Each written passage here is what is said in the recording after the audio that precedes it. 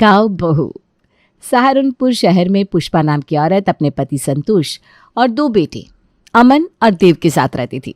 उसके परिवार में सभी का व्यवहार बहुत ही सरल और हंसमुख था।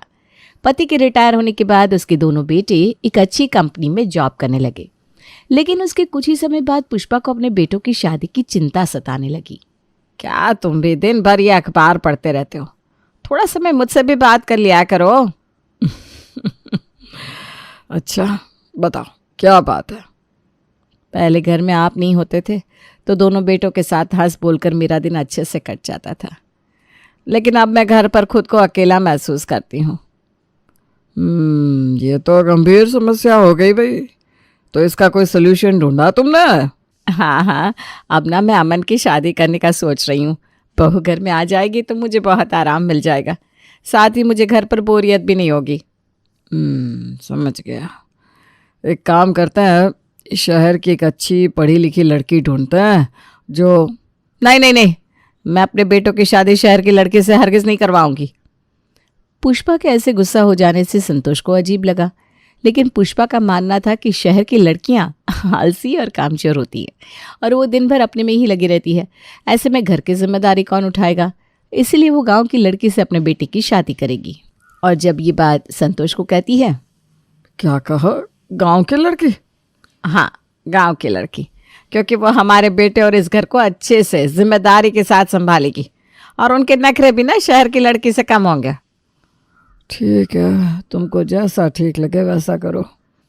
अब पुष्पा हर रिश्तेदार, जान पहचान और आसपास के गांव में छानबीन करने लगी कि कौन सी लड़की उसकी उम्मीदों पर खरी उतरेगी, क्योंकि पुष्पा को शहर की तेज तर्रार और मुंह पर जवाब देने वाली लड़कियों से नफरत थी।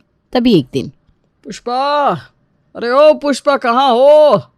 देखो मैंने अमन की शादी के लिए एक अच्छी लड़की का रिश्ता ढूंढ लिया है। अरे क्यों चिल्ला रहे हो? लड़की ढूंढ कर पहले से ही मेरा दिमाग खराब हो चुका है। ये देखो, गांव की सुशील और समझदार लड़की है। पड़ोस वाले चाचा ने बताया इसके बारे में। फोटो देखकर पुष्पा को लड़की पसंद आ जाती है। अब वो लड़की को देखने उसके गांव जाती है।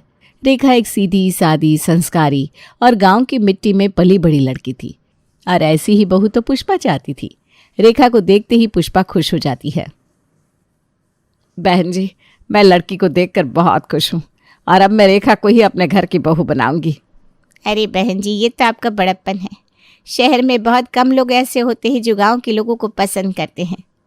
आजकल की शहर की लड़कियां तो ससुराल के काम में हाथ नहीं लगाती, ना ही घर की इज्जत का ख्याल रखती है। हाँ बहन जी, आपने ठीक कहा। गांव की लड़कियां ही घर को संभाल सकती हैं। इसलिए तो मैंने अपने अमन के लिए गांव की लड़की ढूंढी जो घर को अच्छे से चलाए और मेरे साथ प्यार से भी रहे। सुनो, अब तो बहू देख ली, अब शादी भी कर लो। हाँ, बिल्कुल। रेखा जैसी संस्कारी बहू मिलना आसान नहीं होता। अब बस जल्दी से शादी करा के अपनी बहू को घर ले आऊंगी। ये बातें हो ही रही थी कि रेखा की छोटी बहन सुमन भी वहां आ जाती है, जो बहुत सुंदर थी। पुष्पा उसको एकटक देखती ही रह जाती है। वो रेखा की माँ से इशारा करके पूछती है, अरे बहन जी, ये इतनी सुंदर लड़की कौन है? बहन जी, ये रेखा की छोटी बहन सुमन है। लड़की तो ये भी बहुत संस्कारी लग रही है और बहू की बहन भी है। क्यों ना इसकी शादी अपने देव से करवा दें? आपने तो मेरे मुंह की बात छीन ली। मैं भी यही सोच रही थी। हमारे लिए इससे अच्छी बात क्या होगी भाई साहब कि हमारी दोनों बेटियां एक साथ रहें। भाई साहब, आपने तो हम पर उपकार किया है। अरे नहीं भाई साहब, उपकार तो आपका है जो आपने अपने घर की लक्ष्मी हमको दी है। कुछ दिन बाद पुष्पा के दोनों बेटे अमन और देव की शादी रेखा और सुमन के साथ हो जाती है। शादी के बाद रेखा और सुमन का स्वागत उनके ससुराल में बड़े धूमधाम से किया गया। शादी के बाद रेखा और सुमन ने पूरे घर की जिम्मेदारियां अच्छे से संभाल ली। अब रोज सुबह जल्दी उठकर दोनों बहुएं रसोई में जुट जाती। घर के सभी काम, सफाई, खाना दोनों प्यार से मिलकर करती। ये देखकर पुष्पा का चेहरा हमेशा खिला रहता। मेरी बहुओं जैसा काम करने वाली लड़कियां तो आजकल मिलती ही नहीं। रेखा और सुमन दोनों सुबह से लेकर शाम तक घर का हर काम बखूबी करती हैं। अरे वाह पुष्पा, बड़ी किस्मत वाली हो तुम। आजकल की बहुएं तो सिर्फ मोबाइल और मेकअप में ही लगी रहती हैं। बिल्कुल सही कहा। शहर की लड़कियां तो बस बाहर घूमने और अपने में ही मस्त रहती हैं। लेकिन मेरी दोनों बहुओं ने तो आते ही घर को अच्छे से संभाल लिया है। लगता है पुष्पा, अब तुमको घर में कोई काम नहीं करना पड़ता, इसीलिए इतनी चहकती फिरती हो। सही कहा तुमने। अब तो मैं बस अपनी बहुओं को देखती रहती हूँ कि वो घर कैसे संभाल रही है। गांव की लड़कियां तो संस्कारों से पली बड़ी होती है, सारा घर अच्छे से संभालना जानती है। अब पड़ोसी और रिश्तेदारों के बीच पुष्पा की दोनों बहुओं की खूब चर्चा होने लगी। हर कोई पुष्पा की तारीफ करता और कहता कि उसकी बहुओं ने पूरे घर को संभाल लिया है और अब उसे किसी बात की चिंता नहीं है। रेखा और सुमन के काम से पुष्पा बेहद खुश थी। उसने पड़ोसियों और रिश्तेदारों के सामने अपनी बहुओं की जमकर तारीफ करनी शुरू कर दी। अरे हमारी बहुएं तो सोने पर सुहागा है, घर का सारा काम ऐसे संभालती है जैसे घर पर कोई काम हो ही ना। सच कहूँ तो तुमने बहुत समझदारी से बहुएं चुनी है, दोनों ही बहुत सुलझी हुई हैं। और नहीं तो क्या, शहर की लड़कियां तो हाथ से फिसलती रेत की तरह होती है। वही तो, मैंने तो अपने घर की बहुओं को पूरी तरह से परखा था, उसके बाद मुझे ये 2 मोती मिले हैं। हाँ पुष्पा, लेकिन मोती को ज़्यादा घिसना मत, वरना उनकी चमक निकल जाएगी। मेरे मोती जितना घिसेंगे ना, उतनी चमक उनकी ज़्यादा बढ़ेगी। शादी के कुछ महीने बीत गए। रेखा और सुमन ने पूरे घर की जिम्मेदारियां इतनी अच्छी तरह संभाली कि पुष्पा को कभी भी किसी बात की चिंता नहीं रही। उनके हर काम में इतनी कुशलता थी कि घर हमेशा चमकता रहता। एक दिन पुष्पा अपनी दोनों बहुओं को शहर के बाजार में ले जाने की तैयारी करने लगी। अरे सुनो बहुओं, आज बाजार चलना है, बहुत दिनों से तुम दोनों कहीं गई नहीं हो, आज कुछ शॉपिंग कराते हैं। अरे अम्मा जी, हमारे पास तो सब कुछ है, और कुछ लेने की क्या ज़रूरत है। हाँ अम्मा जी, वैसे भी हमारे पास साड़ियाँ तो इतनी है कि कहाँ रखेंगे। आप ही बोलती हो ना, बेवजह पैसे खर्च नहीं करने चाहिए। अरे बहू, अब इतना भी ना सोचो, थोड़ी मौज मस्ती भी तो ज़रूरी होती है। चलो चलो तैयार हो जाओ। बाजार पहुंचने के बाद पुष्पा और उसकी बहुएं एक बड़ी साड़ी की दुकान पर गई। दुकान के अंदर जाकर दोनों बहुएं साड़ियों की पूरी डिज़ाइन देखकर उनको पसंद करने लगी। तभी दुकानदार का ध्यान उन पर गया। अरे भाभी जी, आप तो बहुत पुरानी साड़ियाँ देख रही हैं, आजकल ये नहीं चलती। शहर में अब नए फैशन की मॉडर्न साड़ियाँ पहनने का ज़माना है। क्या मतलब? ये साड़ियाँ पुरानी हो गई है? ये तो हम हमेशा से पहनते आए हैं। अरे आंटी जी, अब गांव की साड़ियाँ कौन पहनता है? ये देखिए, ये नई डिज़ाइन वाली साड़ियाँ हैं जो आजकल हर शहर की लड़की पहनती है। देखिए कितनी अच्छी लगेगी आपकी बहुओं पर। लेकिन अम्मा जी, हमें तो ऐसी साड़ियाँ पहननी नहीं आती, ये तो बहुत अलग दिख रही है। हाँ, और ये बहुत महंगी भी लग रही है। अरे आप चिंता क्यों करती है, शहर में जो चल रहा है वही पहनना चाहिए, वरना लोग आपको गांव की कहेंगे। ये देखिए, ये साड़ी आप पर खूब जम रही है। दुकानदार की बातों से रेखा और सुमन थोड़ा सोच में पड़ गई। पुष्पा को भी लगने लगा कि अगर उसकी बहुएं शहर के लोगों के हिसाब से नहीं पहनेंगी तो लोग बातें बनाएंगे। हाँ, ये ठीक ही तो कह रहा है। शहर में ना लोग बहुत जल्दी बातें बनाने लगते हैं, और मुझे नहीं पसंद कि मेरी बहुओं को कोई कुछ भी सुनाए। पर अम्मा जी, ये साड़ियाँ तो हमारे गांव की साड़ियों से बहुत अलग है, हम इनका ध्यान कैसे रख पाएंगे? और अगर लोग हमें देखकर हंसे तो? अरे भाभी जी देखिए, वक्त बदल गया है, जो दिखता है वही बिकता है।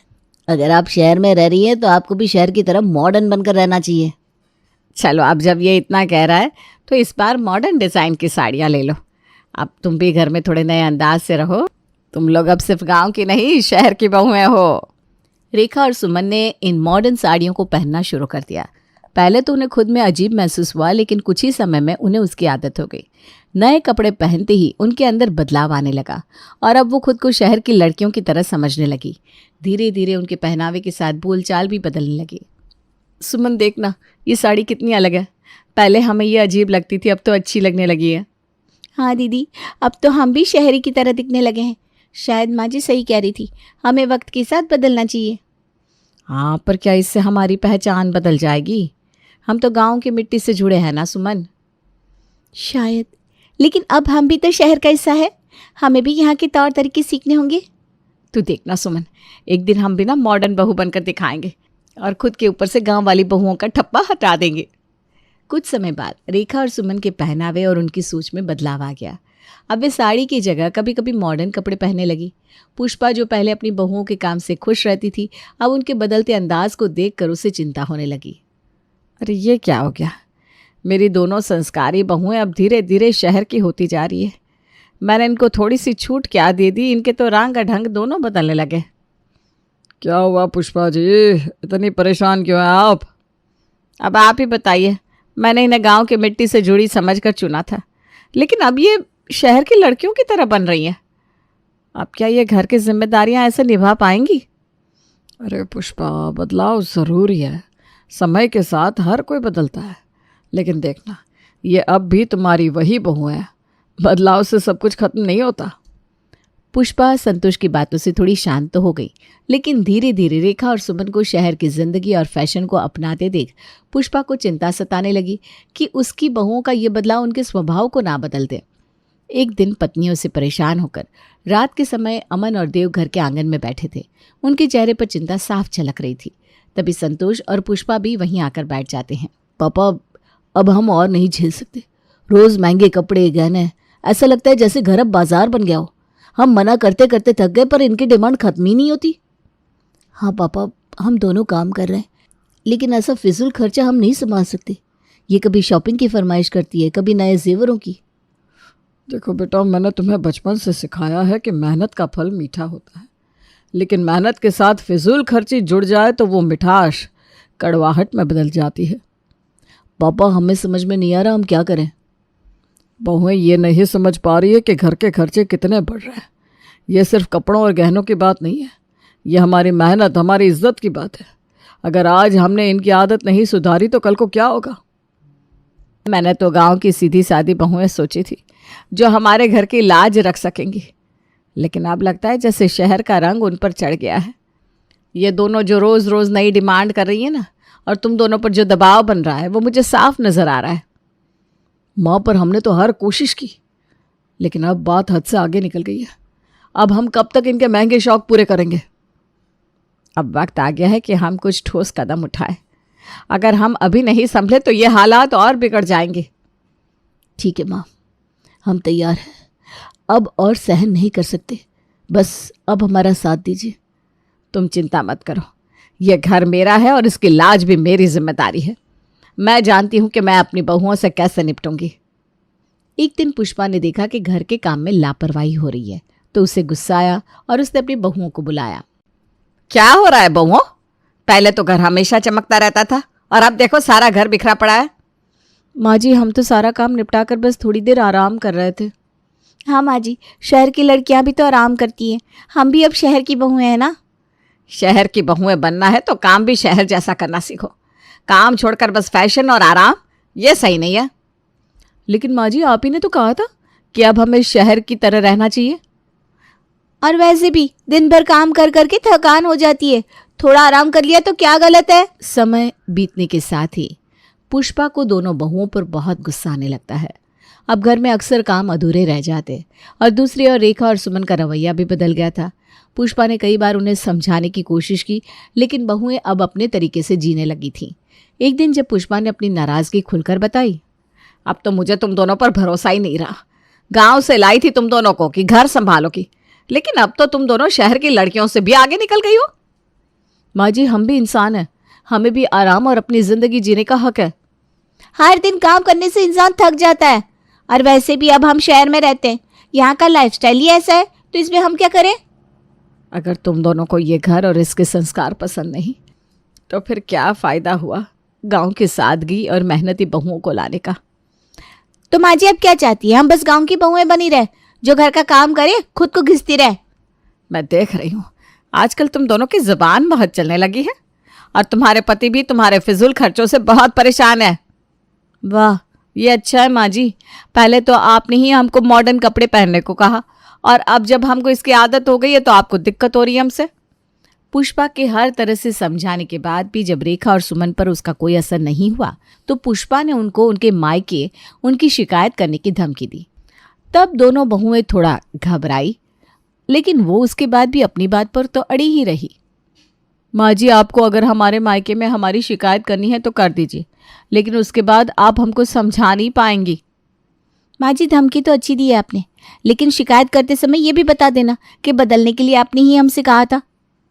लगता है अब ये दोनों मेरी नहीं सुनेंगी। इससे तो अच्छा यही है कि इनको ऐसे ही इनके हाल पर छोड़ दें।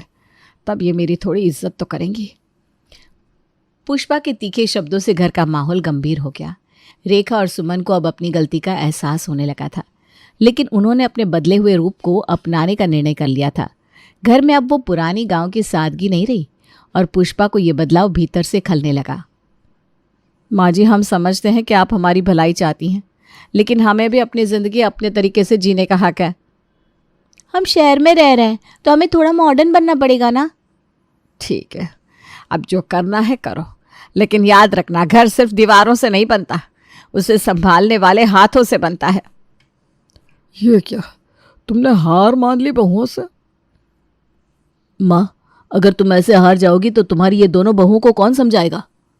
देखो बेटा, बहुएं अब बहुत तेज़ हो गई है और घर में सब शांति से ऐसे ही चलता रहे, इसके लिए हमको उन दोनों को ऐसे ही झेलना पड़ेगा, तभी घर की इज्जत बची रह सकती है।